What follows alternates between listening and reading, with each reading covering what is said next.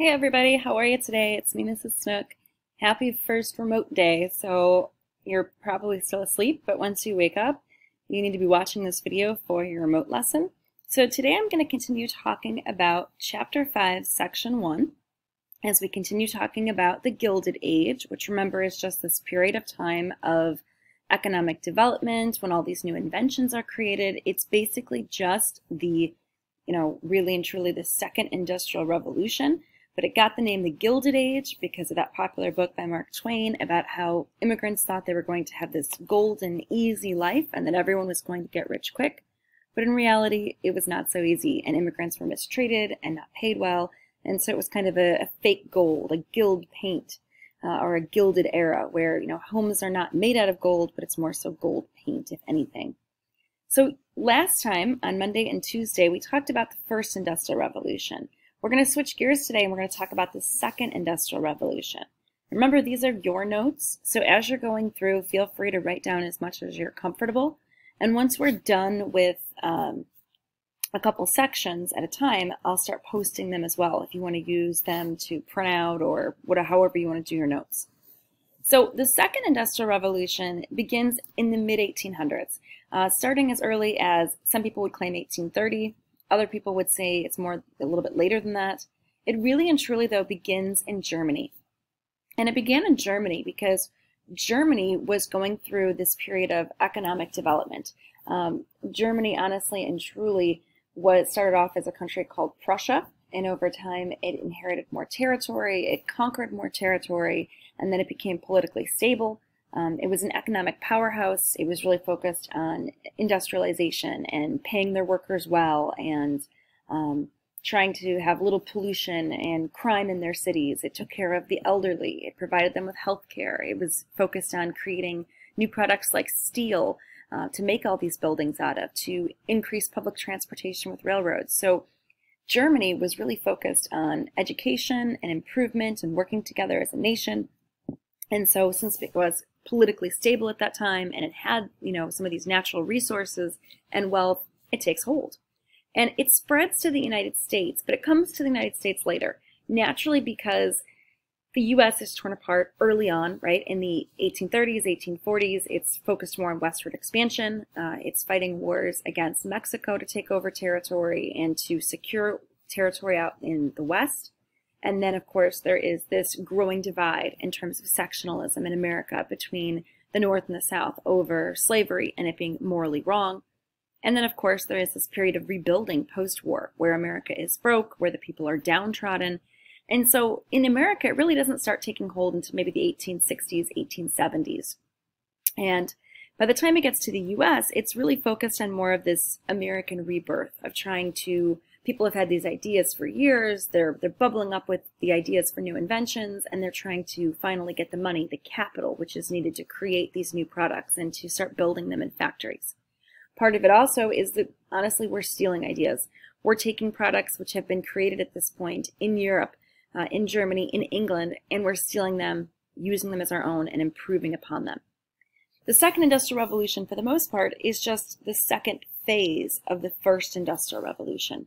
So it's going to be just the continuation of making new products, inventions to make our lives easier.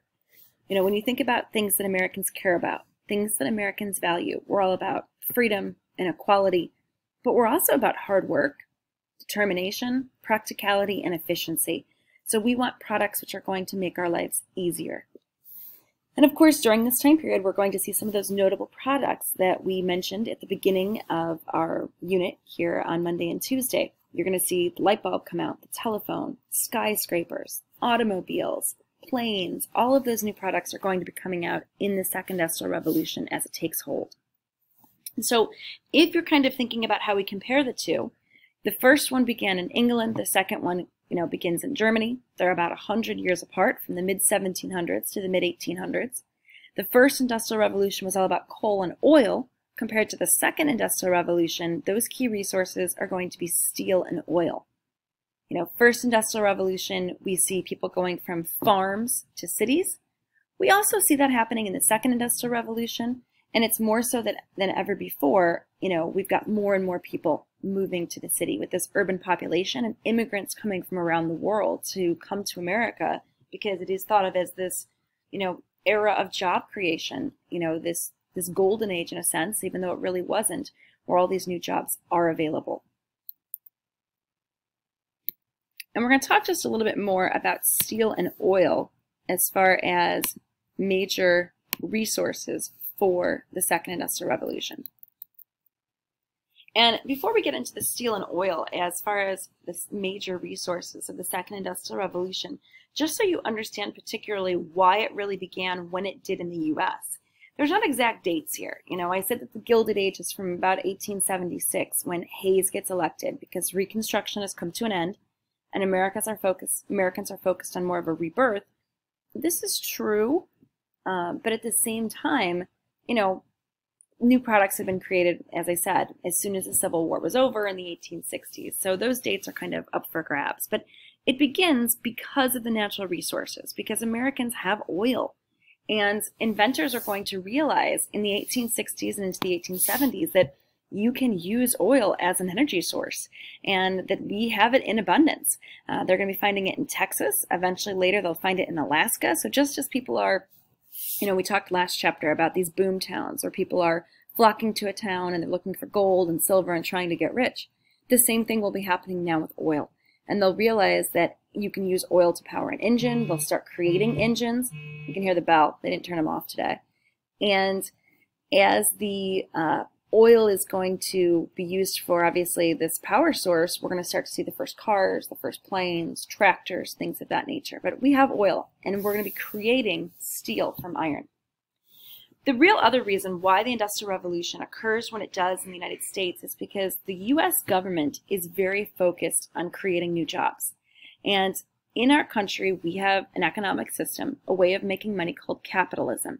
And capitalism basically just means that you have freedom. You have the ability to create your own business. And those businesses are focused on profit. So you can decide how much you want to sell a product for.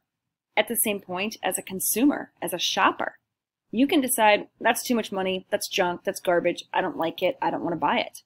And so ultimately, the product has to be quality, it has to be well priced, and you have to be interested in it and think it's worthy of your money in order for you to buy it and for that company to really make money. And government really at this time was not involved in business. It's a concept we'll talk more about later this chapter, but the government was very lazy or uninvolved in business, which is called laissez-faire, meaning a French word meaning like uninvolved or relaxed or free of regulations. So the government basically just let businesses run themselves. And in a way, that's the best way it can be. If you let businesses and consumers come together, they'll work it out. People only buy things that they really deem worthy. And so it really was an era for business. And as these businesses started to sell products, they needed employees and people needed jobs as they were coming to the country. And so it all came together, basically.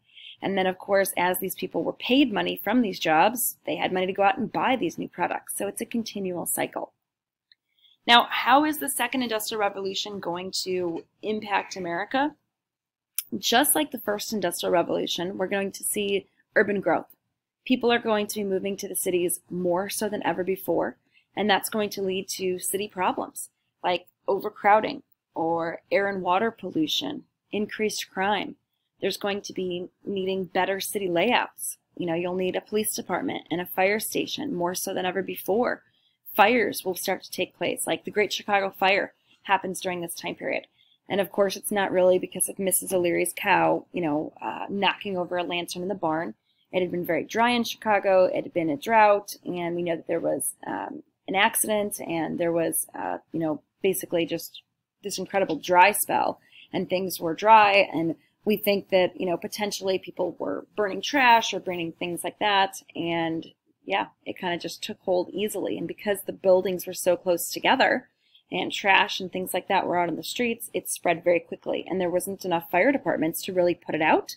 And homes were made out of wood and everything just went up in smoke. And before you know it, you've got millions of dollars in damage in a city that needs to be rebuilt.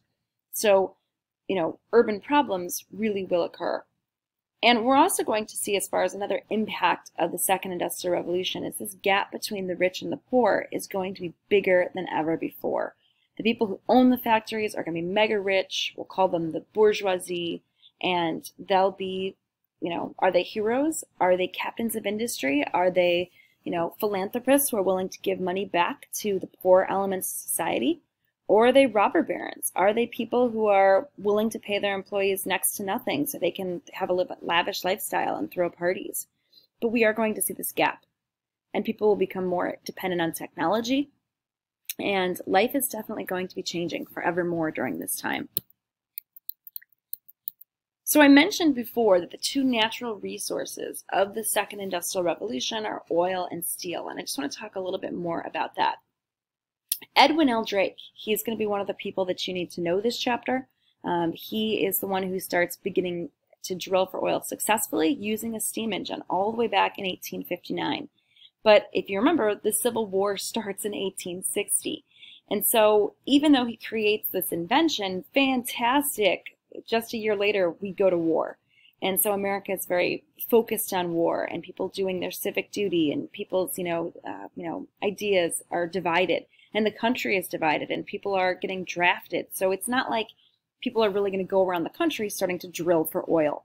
Now, once the war comes to an end, though, people are going to be very focused on going to Texas and around the country looking for oil. And they refer to, if you find oil, if you strike oil, this is considered black gold because, like gold, it's very valuable.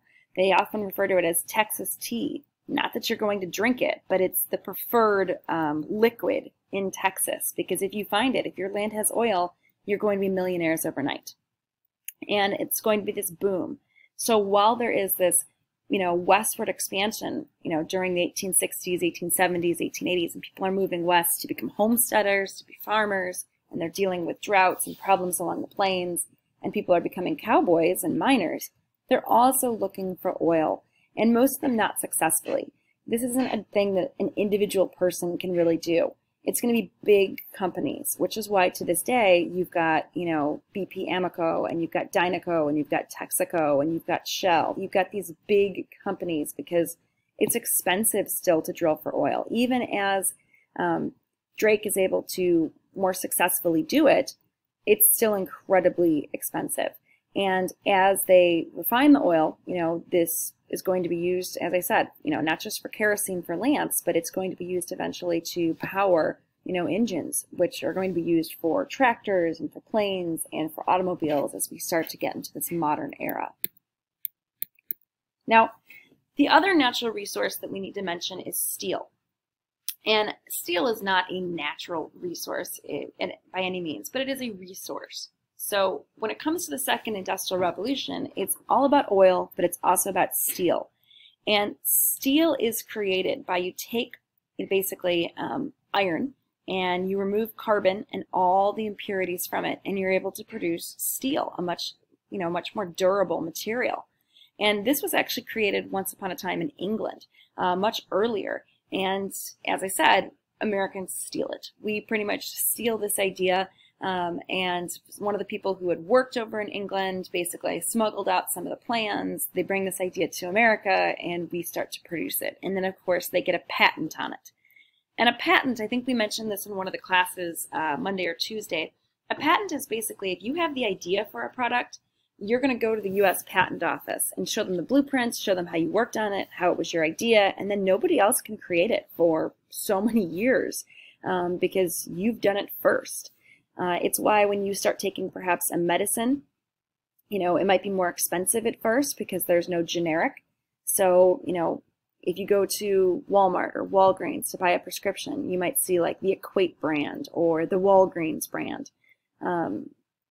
But you can't buy them at first like that because it's a brand new pill. And so it's more expensive. It's only from the manufacturer. But over time, you get generic versions where that medical prescription, so to speak, as far as what quantities of each drug are included, are kind of well known. The secret's out, the patent has expired, and then anybody can make it. But in the beginning, with this Bessemer process, as you can imagine, they made a fortune, and they were able to create steel as they removed the impurities out of that iron. And steel is important. It's a much more, durable material than iron. It's not going to rust so much. It's going to be a lot stronger. And that's what's going to be used to create barbed wire, which, remember, we said brings about the end of kind of the open range and the cowboy era and helps lead us back to more people working in factories. It's also created bridges, like the Brooklyn Bridge, the Golden Gate Bridge, and of course it creates skyscrapers. So as you have all these people moving to cities, they could have expanded outward, but instead, hey, why not just expand upward? Because people wanted to be downtown. They wanted to be close to their business, be close to their home, and so of course the wealthy will be living in these very fancy skyrise kind of apartments. They have the music on today apparently too. I'll hit pause. So I don't remember where I left off because I hit pause because there was literally the minute music. But yes, steel is incredibly important to create these buildings, and the wealthy will be living in these huge skyscrapers because they want to be close to their factories so they can watch their employees. Whereas the actual, factory worker, as I said before, is probably going to work 10, 12, 14 hours a day, making $1 a day perhaps in the beginning. Over time, those wages will go up. It'll be boring work, monotonous, and, ultimately sometimes even dangerous. And they'll be living in these slum apartment buildings with very small conditions, maybe one bathroom for 5, 6 different apartments, so 5, 6 different families who don't know each other. And these tenement or slum apartments usually are not made out of, steel by any means. They're not the fancy skyscrapers.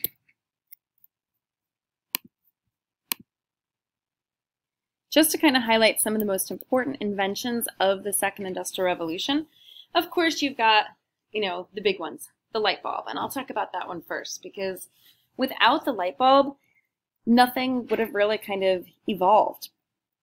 And what we're going to see is that, in the beginning, people might have started their jobs in a factory at, let's say, 7 or 8 a.m. and they worked till 4 p.m. in winter, and then it got dark.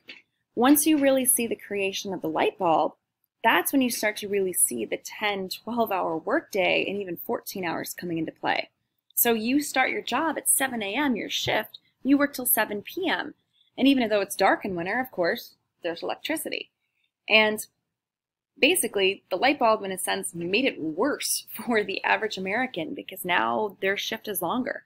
And you can't tell your boss, oh, I don't want to work it. Yeah, he's just going to fire you and replace you with someone else because there were so many immigrants coming in. There was some competition for jobs, especially for safer jobs or more interesting jobs or higher paying jobs, just like, of course, there is today in the world.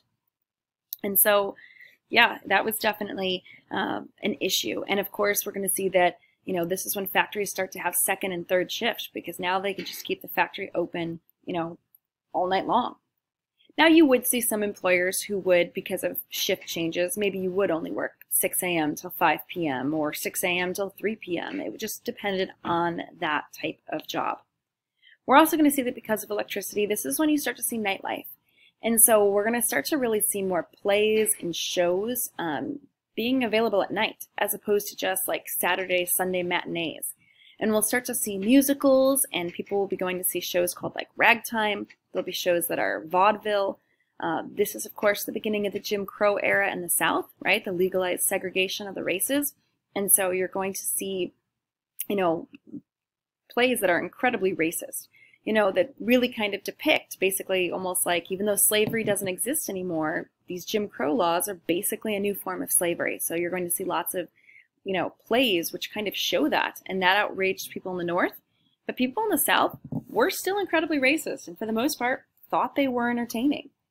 We're also going to see during this time that it's going to lead to new inventions, because now that they have electricity, they're going to be like, ooh, we have electricity. So now it's going to lead to elevators and escalators. We're going to have Ferris wheels.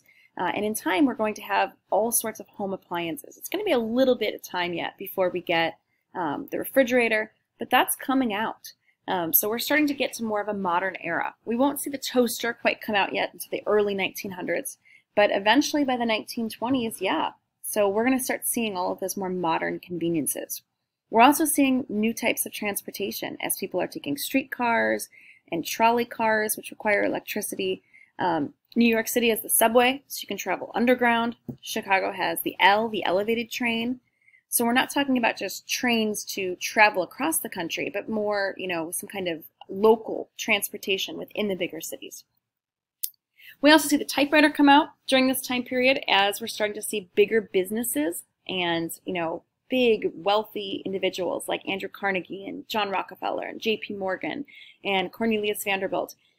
They have huge operations and huge factories. And so there's not just them as the boss, but they're what we call middle management. There's people who work under them, and they have secretaries who type up legal documents on these typewriters. So that's going to, of course, make it easier to read things and to send letters and legible materials. And then, of course, I think the phone is pretty obvious that Alexander Graham Bell comes out with the phone. And so, of course, that makes communication easier, but only the wealthy have phones.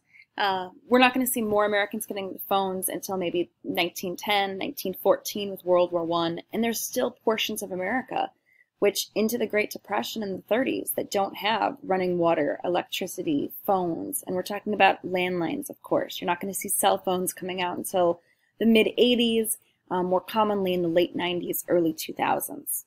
And of course, many women working as secretaries operating these phones or operating them on phone lines. In terms of other big inventions, we need to just kind of talk a little bit about the train yet again, because this is what's talked about in section 2, and we already kind of covered this in the last chapter about the importance of the train. And of course, James Watt, I mentioned on Monday and Tuesday, created the steam engine so that you had the first steam locomotive, and of course some trains be created in the U.S. The North, of course, having more train tracks laid than the South, which was crucial during the Civil War and helping them win to transport troops and materials. And after the Civil War, they're going to, of course, finally create that transcontinental railroad. And a lot of immigrants, we said a lot of Chinese will help build that. There'll be some racism, a big nativist response where people are unhappy that immigrants are taking those jobs. But at the same point, people didn't want those jobs. They were dangerous at times. You had to blow through mountains. It was not an easy task. Remember, we talked about how the Union Pacific and the Central Pacific had to come together at Promontory Point in Utah and put in that golden spike to finish the railroad. Once the railroad is created, we're going to see all sorts of inventions created related to the railroad. George Pullman, back in 1864, realized the importance of train travel, especially as President Lincoln was starting to travel around the country more to go and visit the troops during the war. And he realized this is going to be the wave of the future after the war, that people are going to be traveling around the country. So he created what's called a sleeping car. Basically, instead of just, traveling on the train for a few hours where you would sit up, you're going to actually have a bedroom of sorts. And the sleeping car was nothing fancy. It's basically just a bench, and you would have 1 or 2 beds basically above the bench, and you would crawl up a little ladder, almost like bunk beds, to get to it. But it is still more comfortable and more luxurious, and of course more expensive. And if you're going to be traveling long distances and staying on the train overnight, it's really a nice comfort. And he will make a ton of money off of this. He will become a big name as we go through this chapter. Westinghouse will also create the air brake to try to improve the braking system. They also standardized the railroad gauge, which might not sound important, but they did have some issues where train tracks were different sizes. And you can't have that if you're going to have trains traveling across the country. They need to be out one standard railroad gauge and tracks so that they can seamlessly travel. And just one other note is that we are starting to move towards the first cars. Duryea creates the first motor car, which he calls a horseless carriage, so that people understood what it was. It's the first internal combustion engine powered by gasoline. So remember I mentioned the importance of oil. And then we're moving towards Henry Ford creating the Model T and the first cars and such. Other thing to mention about transportation is the Wright brothers in Kitty Hawk, North Carolina. They will take the first flight of their airplane. And of course, that's going to forever change the way people travel. In the beginning, it's just going to be about crop dusting and about observing. It's not going to be commercial airline, meaning you won't be able to travel. Eventually that will be coming about, but that's not really until like World War II that we start seeing more commercial airline traffic, and even more so after World War II. In the beginning, especially like in World War I, it's going to be a few what we call dog fights in the air, planes fighting planes, observing troop movements, and then in time dropping bombs. Last slide for today. Let's move to it. Last slide is just about the impact of the railroad. And so just to kind of refresh, the train is, of course, really part of the second industrial revolution, and we talked about this last chapter as well. It's so important because we had all of these Chinese immigrants and people around the world come for the 1849 gold rush, and of course they did not find gold. The average person did not become wealthy as a miner, maybe just a big corporation did. And then they didn't have the money to go back to China or wherever they came from, or they just didn't want to. They liked the freedoms of democracy, of living in a country where you get to make your own laws and participate in the government, and they wanted to become citizens. And so by building the Transcontinental Railroad, that created lots of jobs, and then you still need to maintain those railroad lines. The big impact, of course, is that now we can transport goods at much lower prices. So as those people are becoming cowboys, cattle ranchers out west, now they can ship all that beef back east so people can have steaks, as there was this demand for beef post-war. Farmers who grow wheat on those bonanza farms, even though it's dry and desolate and it's a difficult, life, doing that dry farming out west, they can ship their goods back east and for a profit. We said it leads to the rise of towns. As each stop of the railroad, there will be, a town where people will be getting off the train. Maybe it will become a tourist attraction with hotels, with food, with supplies, a place where people can stop. Because if they're cowboys, especially coming in with cattle, they're going to need a hotel, a restaurant, a saloon, a laundromat, all those different facilities that people need, groceries, etc. And of course, it's going to lead to new business structures. So companies that are based out east, like, for example, companies that produce, like today you might buy a lot of your stuff at like Walmart, but once upon a time there were more department stores like Kohl's or JCPenney. Years ago it was Sears or Montgomery Ward. They started to come out with catalogs so that you could look through a catalog, buy something. You might get like catalogs in the mail still from like flyers from like Farm and Fleet in the newspaper, or from Kohl's or something like that, or a wish book from JCPenney of things that they offer at Christmas time. People would be able to look through that book, that magazine, buy those products, and then have them shipped out west to their home via the train. And of course, it also leads to time zones, and eventually we get daylight savings time and things like that because of these time zones, just to try to make sure everything is standardized. So thinking about these different things, these are all some of the major inventions and changes which happened in America during the Second Industrial Revolution. That's it for now, guys. Have a great day.